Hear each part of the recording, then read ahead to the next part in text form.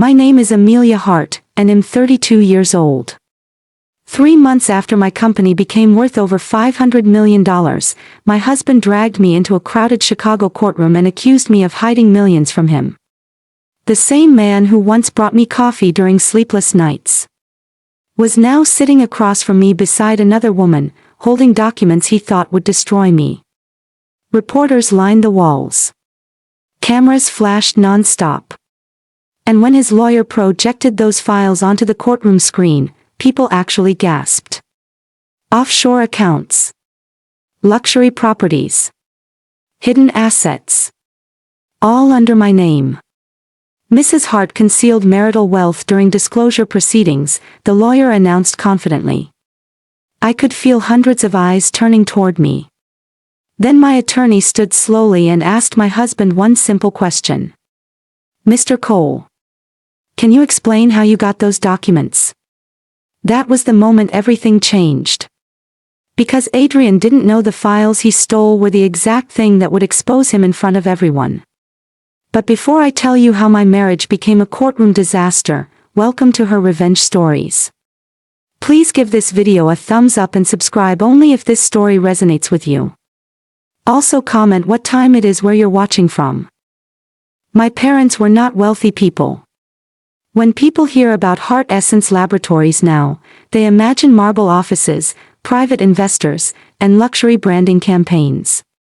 But growing up, our company was nothing more than a cramped skincare warehouse on the south side of Chicago with peeling paint and a coffee machine that broke every other week. Some of my earliest memories happened inside that building. I used to sit on a spinning office chair beside my father while he argued with suppliers on the phone.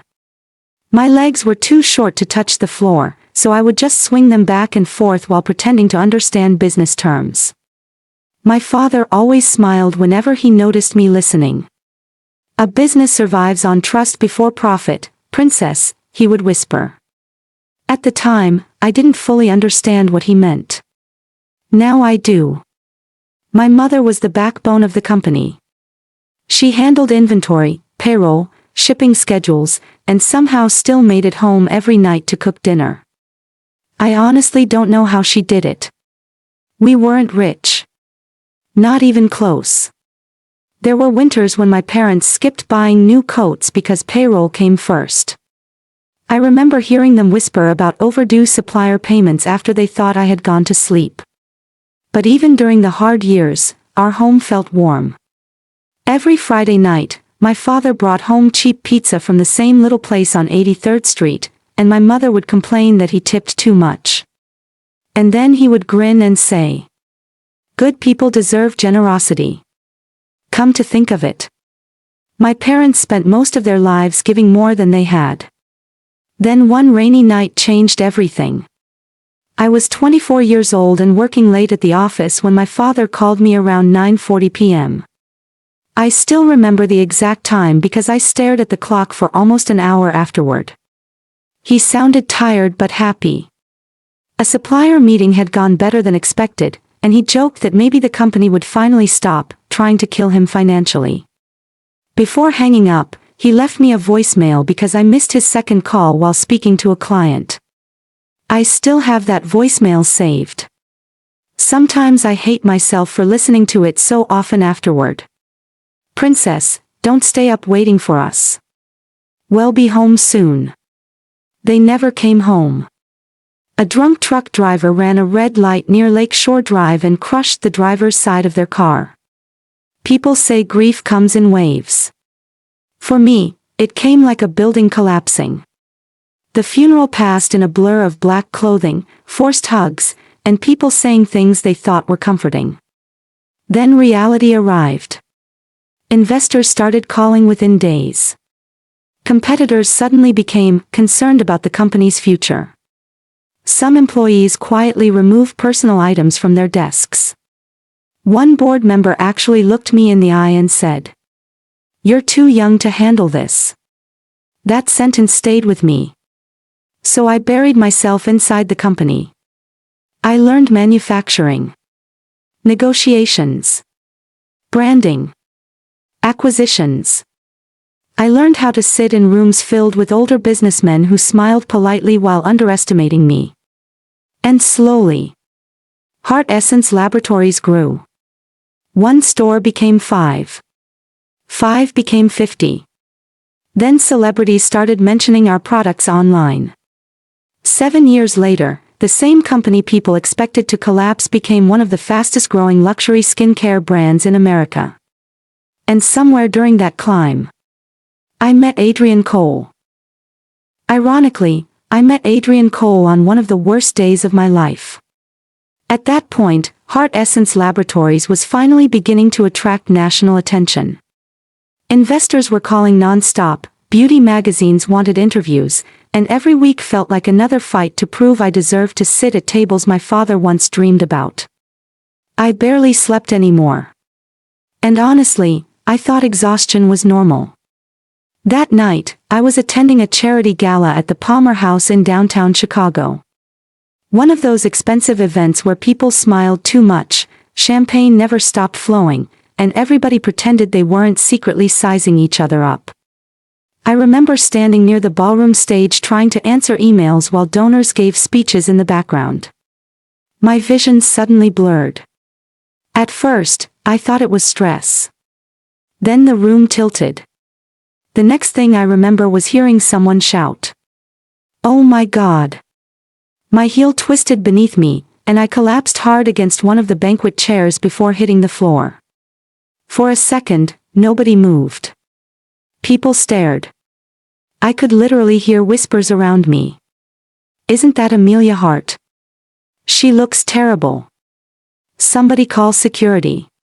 And then, someone knelt beside me. Not security. Not the event organizers. A stranger. "Hey," a calm voice said softly. "Look at me for a second." That was Adrian. He loosened the strap of my heels, handed me water, and blocked several reporters from taking photos while I tried to regain consciousness. What shocked me most wasn't that he helped. It was that he stayed. Most people in wealthy circles help just long enough to be seen helping. Adrian stayed quietly beside me for almost an hour in a private hallway while I recovered enough to stand again.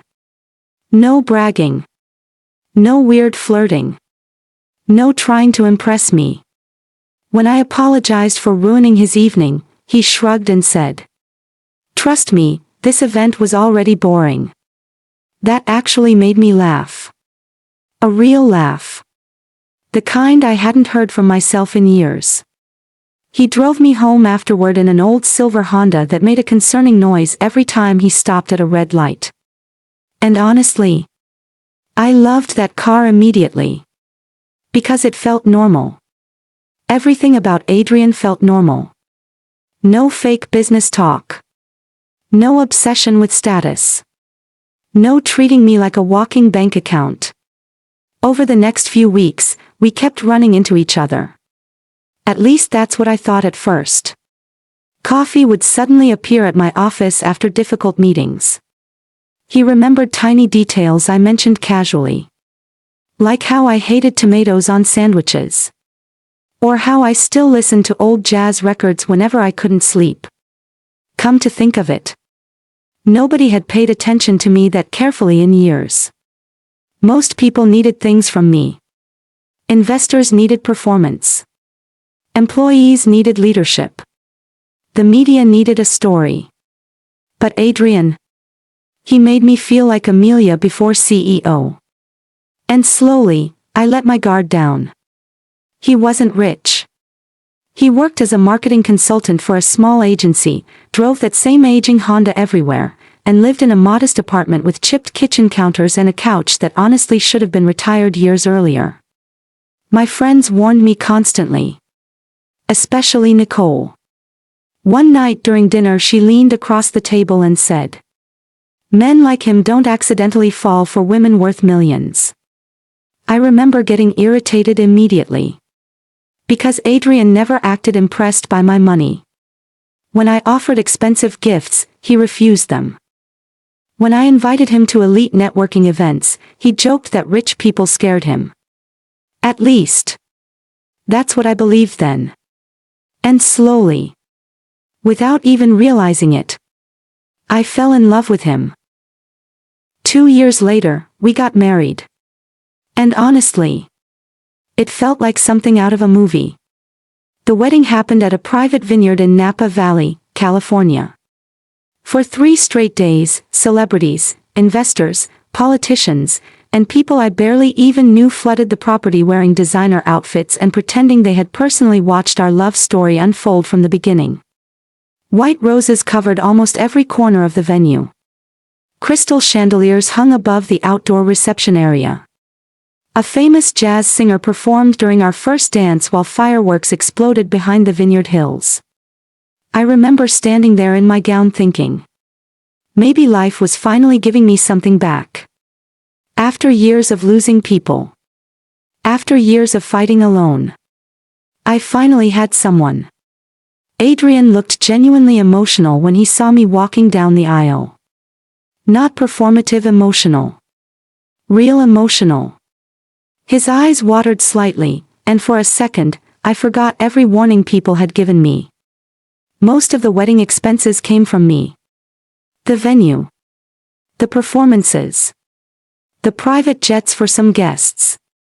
Even the luxury watches Adrian gifted his groomsmen. I paid for almost all of it. But I truly didn't care. Because in my mind, marriage meant what belonged to one belonged to both. At one point during the reception, I overheard one of Adrian's college friends laughing loudly near the bar. Bro really won in life. The group around him burst into laughter. I heard it clearly. And maybe I should have been bothered. Maybe I should have noticed the way Adrian smiled without correcting him. But instead, I smiled too. Because I thought they meant love. That's the dangerous thing about being deeply in love. Sometimes you hear warning signs and translate them into compliments.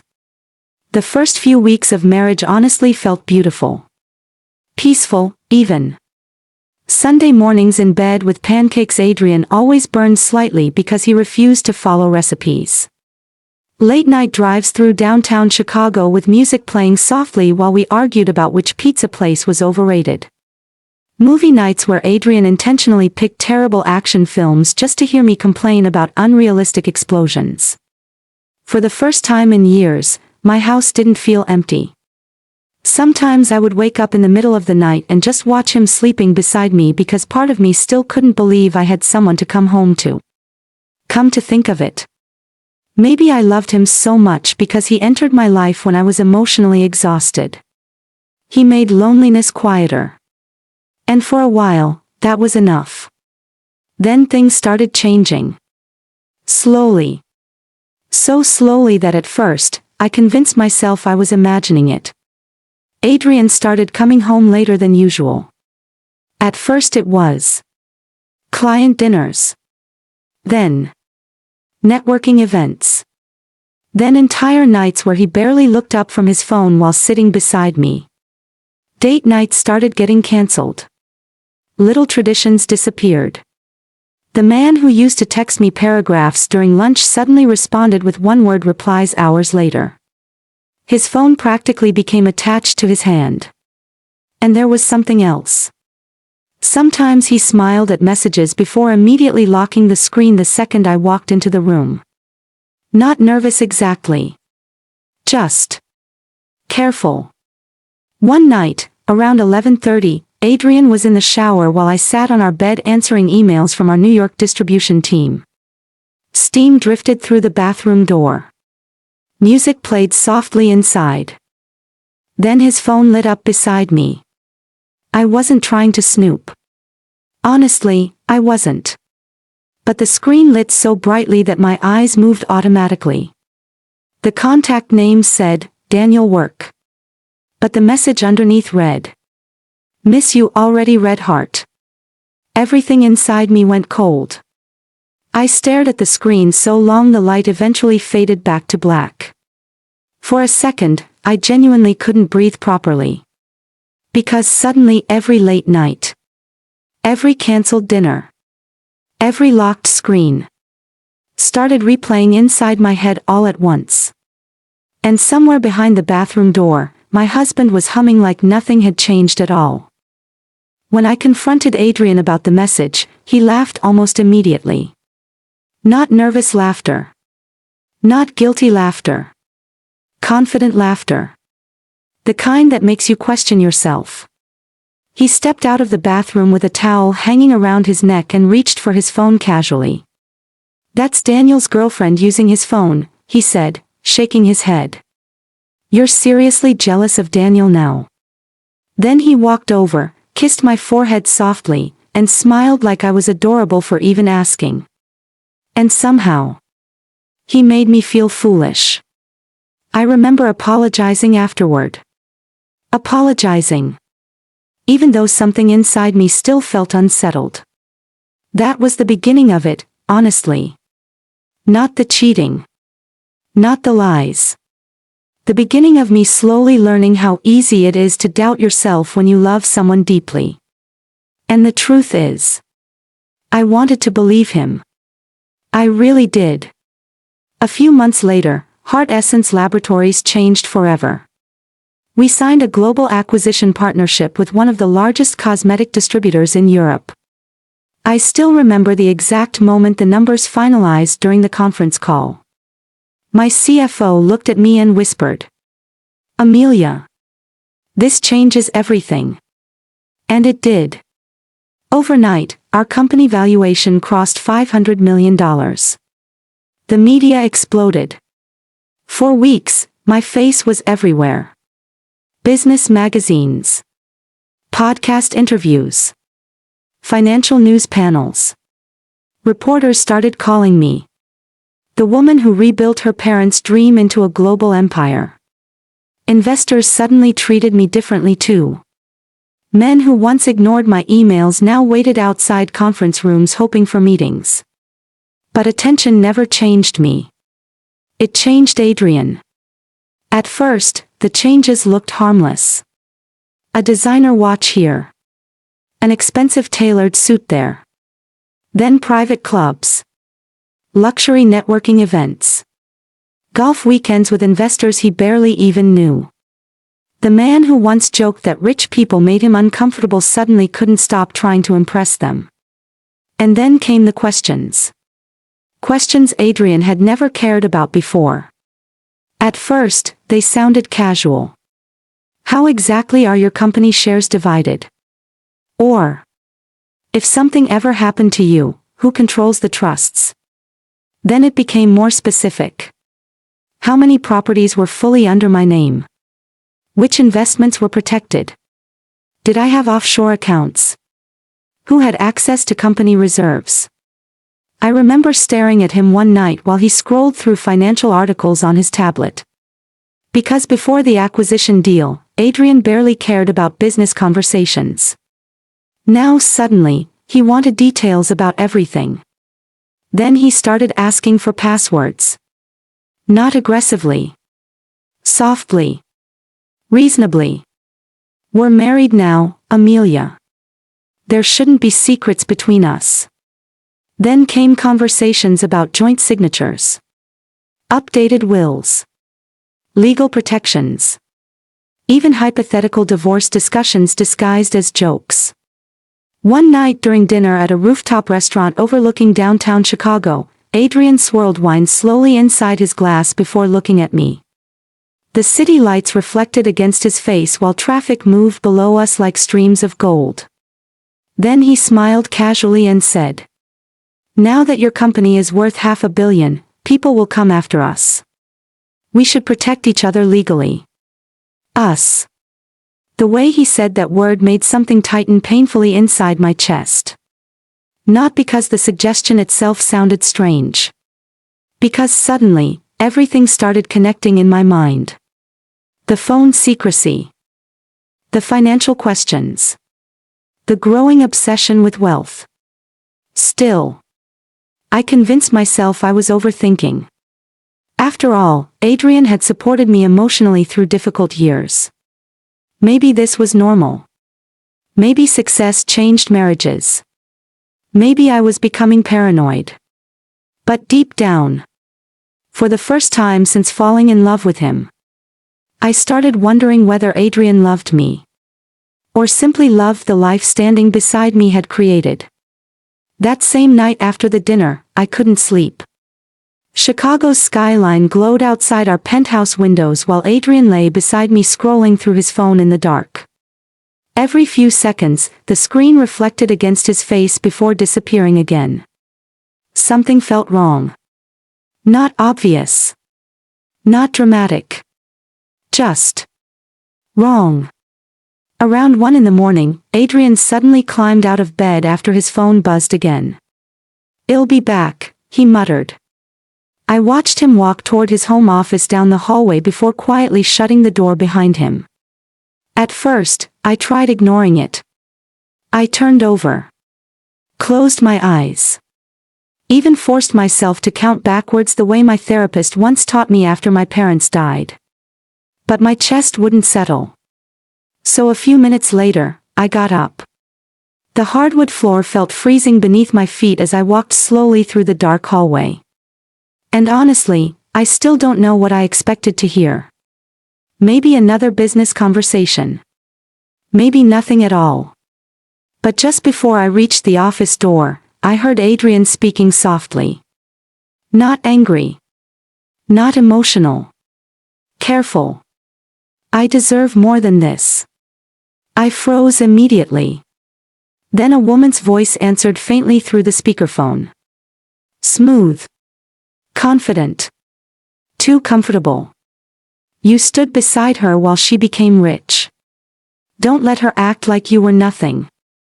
My stomach dropped so fast it physically hurt. For a second, I genuinely thought I might throw up. The hallway suddenly felt too quiet. Too small. I couldn't even process the words properly because my mind kept trying to reject them. No. Not Adrian. Not the man who held me during panic attacks after my father's funeral. Not the man who used to bring me soup when I worked 14-hour days. Then Adrian spoke again. Lower this time. "It's complicated." The woman laughed softly. "No, Adrian. You're making it complicated. Half that empire should already belong to you." I felt my throat tighten. And the worst part. She didn't sound like someone manipulating him. She sounded like someone convincing him of something he already wanted to believe. Then the floor creaked slightly beneath my foot. Silence. Complete silence. A second later, Adrian's tone changed instantly. Lighter. Sharper. "Yeah, man, I'll call you later." The office door opened almost immediately. Adrian looked startled for half a second before forcing a smile. "Hey," he said casually. "You okay?" I stared at him. Really stared at him. And suddenly, I noticed things I had ignored before. The guarded eyes. The defensive posture. The phone gripped too tightly in his hand. "Who were you talking to?" I asked quietly. He answered too fast. "Just business." Then he walked toward me, kissed my forehead quickly, and smiled like nothing had happened. But something inside me shifted permanently that night. Not certainty. Fear. Because part of me still wanted to believe I was misunderstanding everything. And love. Real love. Can make intelligent women negotiate with denial in terrifying ways. For almost 2 weeks, I said nothing. I kept watching him. Listening. Trying to convince myself there was another explanation. But the distance between us kept growing. Then one afternoon, I finally called Marianne Brooks. Marianne had been my attorney since I took over Heart Essence Laboratories after my parents died. But more than that, she was one of the only people in my life who had seen me break completely and still helped me stand back up afterward. We met at her office downtown during a rainstorm.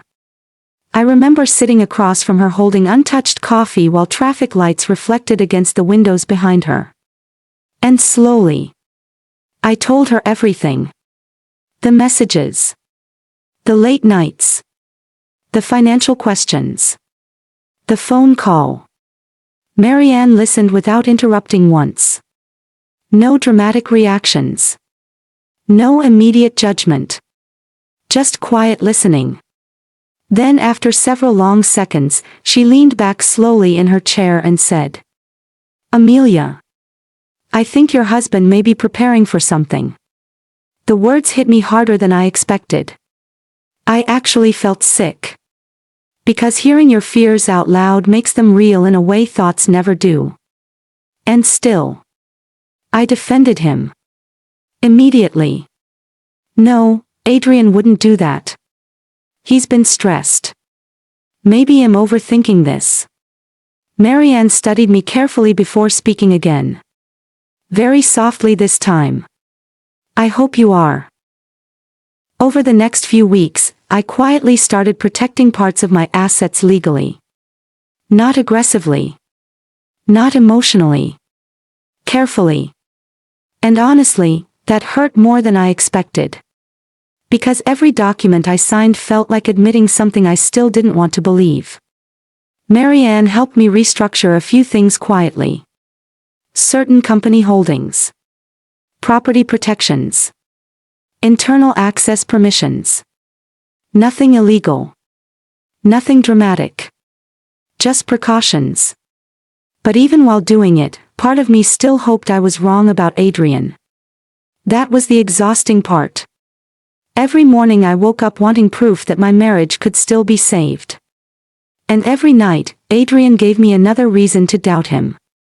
He stopped asking how my day went. Stopped touching me casually. Stopped looking at me like his wife. Now he looked at me like someone studying numbers behind my face. Then came the blue file. That evening had already been terrible before any of it happened. 3 investor meetings. 2 acquisition calls. 1 board argument that lasted nearly 90 minutes. By the time the office started emptying out, my head was pounding so badly I could barely focus on the elevator lights blinking across the hallway. Outside my office windows, downtown Chicago glowed beneath cold November rain. Traffic crawled through the streets while thunder rolled faintly in the distance. I grabbed my coat and laptop bag, desperate to finally go home. Then my assistant, Rachel, called after me. "Ma'am, the acquisition drafts." I pressed my fingers against my temple before she could finish. "Just leave them in my office. I'll deal with them tomorrow." My phone buzzed again. Another message from Adrian. "Running late again. Don't wait up." I stared at the text longer than I should have. No apology. No explanation. Just distance. I slipped my phone back into my purse and walked toward the elevators, barely noticing the blue file resting partially open near the edge of my desk. At that moment, I honestly just wanted sleep. 10 minutes later, Adrian returned to the building. At least that's what security footage later showed. He claimed he forgot his watch in my office earlier that afternoon. The floor was almost empty by then. Most employees had already gone home. The hallway lights dimmed automatically as he walked toward my office. And there it was. The blue file. Partially open beside my desk lamp. Acquisition holdings. Adrian frowned slightly. Normally, he probably would have ignored it. Or at least. That's what I used to believe. But one page had slipped loose enough to expose part of the contents underneath. Confidential asset allocation. His eyes moved lower. Offshore accounts. Founder equity. Undisclosed properties. Internal reserve transfers. According to building security, Adrian remained inside my office for nearly 11 minutes. 11 minutes. Long enough to photograph page after page after page. By the time footsteps echoed faintly from another hallway, he had already slipped his phone back into his pocket and closed the file. After that night, everything changed. Not subtly. Completely. Adrian suddenly carried himself differently. Like someone who thought he had already won something. He became colder toward me. Sharper. Almost impatient whenever I questioned him. And for the first time since we met, I started noticing arrogance in him. Real arrogance. Then came the charity gala in December. I still remember the exact dress the woman wore. Black silk. Long sleeves. Diamond earrings that caught the ballroom lights every time she laughed. I was speaking with donors near the stage when I looked across the room and saw her standing beside Adrian. Too close. Her fingers slowly adjust his tie while smiling directly at me. Not embarrassed. Intentional. And Adrian? He didn't move away. Didn't introduce us. Didn't look uncomfortable. He just stood there letting another woman touch him in front of his wife. Something inside me cracked quietly in that moment. Later that night inside the car, I finally confronted him. Who is she? Adrian stared out the passenger window for several seconds before answering coldly. You're becoming paranoid. I felt anger rising into my throat. Adrian, I watched her touch you. Then he finally turned toward me. And said one word that terrified me more than shouting ever could. Divorce. Silence filled the car instantly. Not because of the word itself. Because of how easily he said it. One Monday morning, my assistant Rachel entered my office holding a thick white envelope. Something about her expression immediately made my stomach tighten. Not panic exactly. Just dread. She placed the envelope carefully on my desk. This came by courier, she said quietly. The moment I saw the law firm's logo, my chest tightened so hard I could barely breathe properly. I already knew. Before even opening it. I knew. Outside my office windows, Chicago traffic crawled through gray winter rain while my fingers slowly tore open the envelope. Inside were divorce papers. But not just divorce papers. Financial subpoenas. Asset freeze requests. Formal accusations claiming I had concealed millions of dollars from my husband during marital disclosures. I sat there staring at the pages while my coffee slowly went cold beside me. For a second, everything felt strangely quiet. Then my phone started vibrating. One call. Then another. Then another. News travels fast when money is involved. Especially $500 million. By afternoon, financial blogs had already picked up the story. Billionaire CEO accused of hiding marital wealth. Inside Amelia Hart's explosive divorce battle. The billionaire wife concealing millions from her husband. Some articles even used old wedding photos beside headlines about greed and deception. It was humiliating. Investors started calling my board members. Reporters gathered outside Hart Essence headquarters. Stock analysts began discussing possible instability within the company. And Adrian didn't call to explain. Didn't call to apologize. He went silent. Which somehow hurt more. Weeks later, we walked into the Daly Center courthouse in downtown Chicago for the first major hearing. I will never forget that morning. Camera flashes exploded the second our cars arrived. People shouted questions from behind security barricades. Mrs. Hart, did you hide offshore assets? Mr. Cole, are you seeking half the company?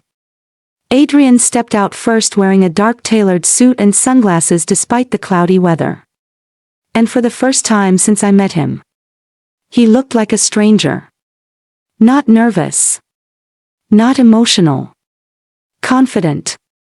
Too confident. Inside the courtroom, reporters filled almost every seat available. Even before the hearing started, whispers moved through the room like electricity.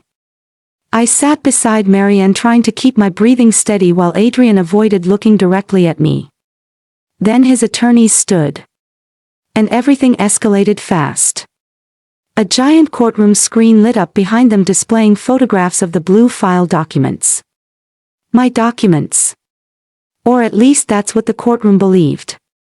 One attorney adjusted his glasses before speaking clearly. These records indicate Mrs. Hart concealed over $80 million during disclosure proceedings. A murmur spread instantly. I heard reporters typing.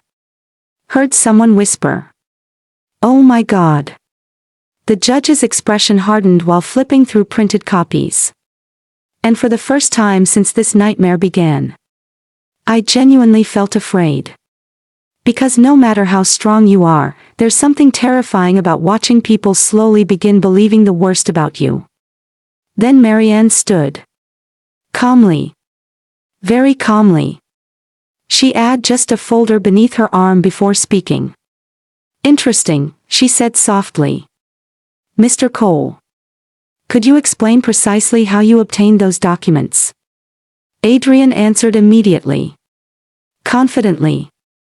Too confidently. He explained finding the blue file inside my office. Photographing the pages. Saving copies to his phone. Sending everything to his attorneys.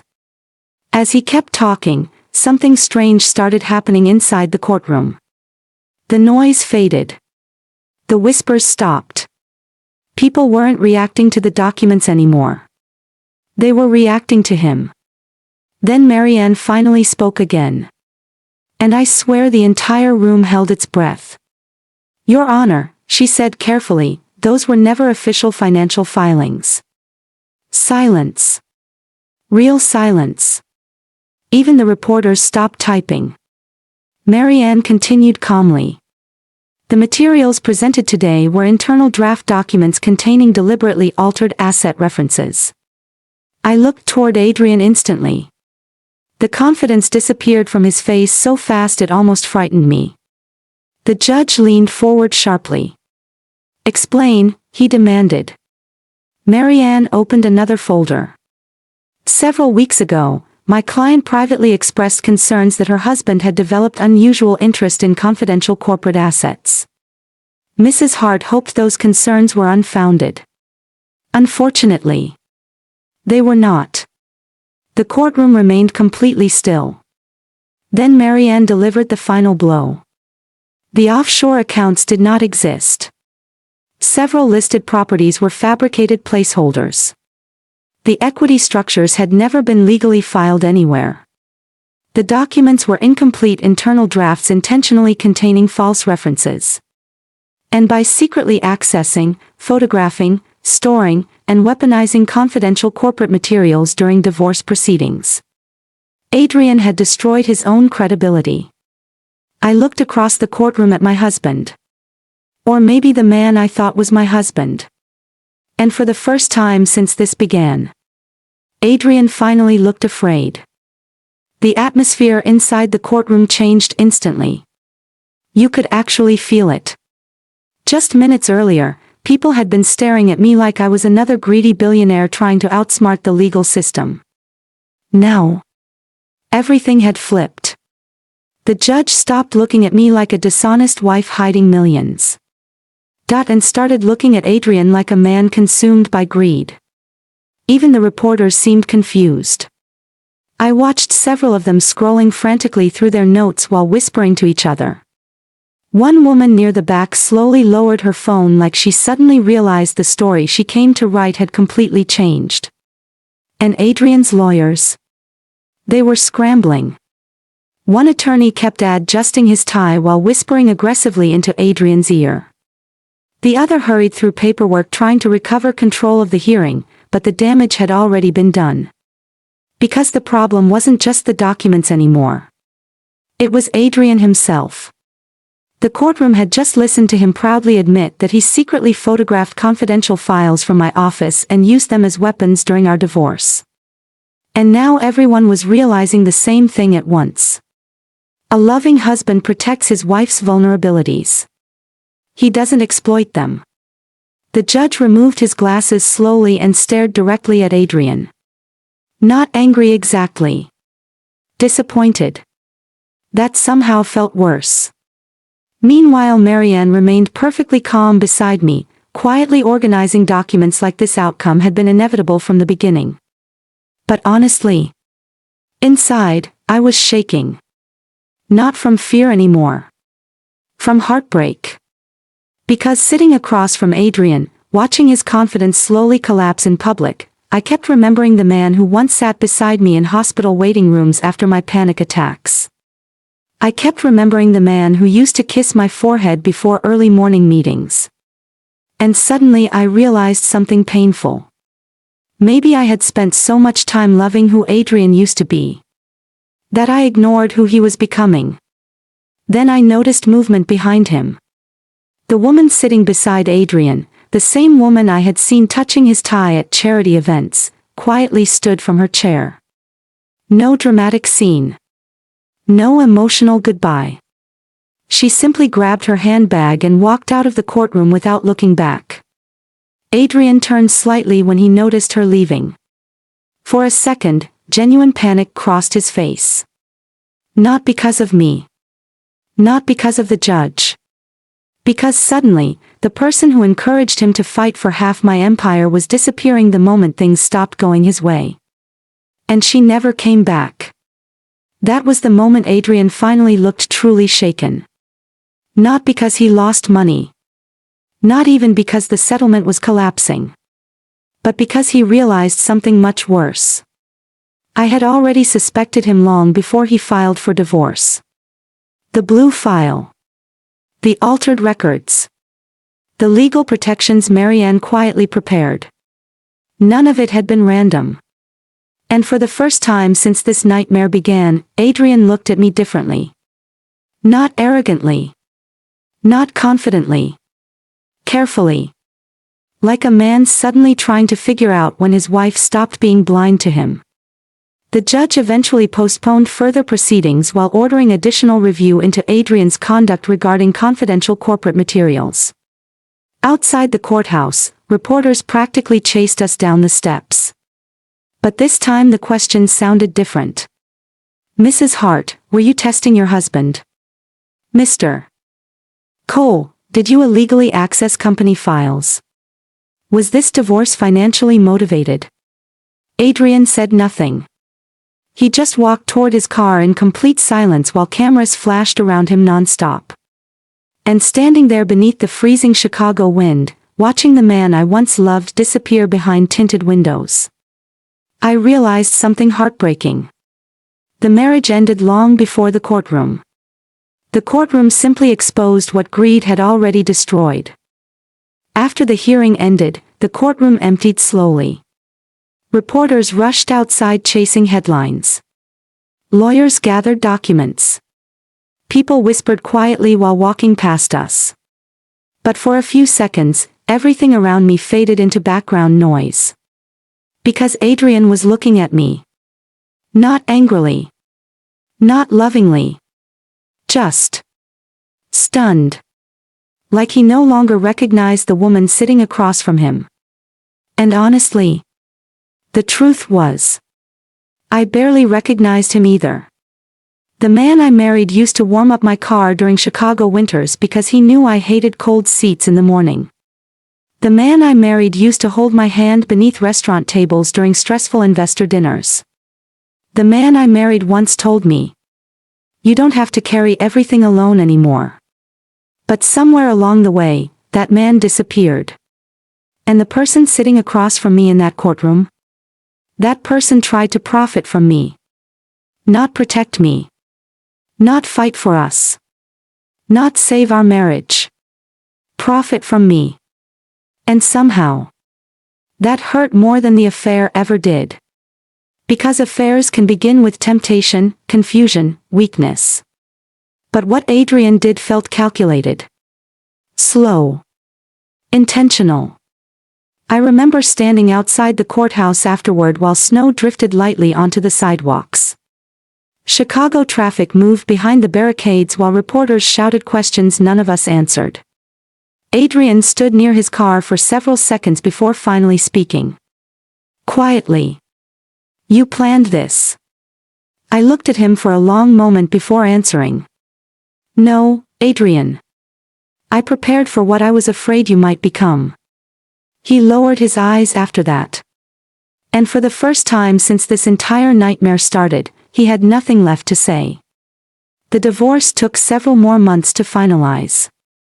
Adrian walked away with far less than he expected. Most of the court's attention shifted toward his conduct regarding confidential corporate materials and the misuse of unofficial documents. The woman he risked everything for disappeared completely after the hearing. No dramatic goodbye. No public support. Just gone. And strangely enough, that part no longer mattered to me. Because by then, I had already lost the only thing I was truly trying to save. The version of us I believed was real. A year later, Heart Essence Laboratories expanded into 3 more countries. The company survived the scandal. So did I. But healing didn't happen all at once. Some nights I still replayed old memories in my head, wondering which moments were genuine and which moments were performance. And honestly, I still don't fully know the answer. But I learned something important through all of it. Love should never require you to shrink your instincts just to keep someone comfortable. And the people who truly love you won't suddenly start measuring your worth when your success grows bigger. Because money doesn't change people as much as we think it does. Most times, it simply reveals who they already were. So if there's one thing I hope you take from my story, it's this. Never ignore small betrayals just because you're afraid of losing someone. Sometimes the red flags we excuse in love become the storms that eventually break us. And sometimes, protecting your peace is not revenge. It's survival. Thank you so much for listening to my story. If this story touched you in any way, please give this video a thumbs up, subscribe to Her Revenge Stories, and share this video with someone who might need to hear it. And don't forget to check out other stories on this channel. You never know which story might speak directly to your heart.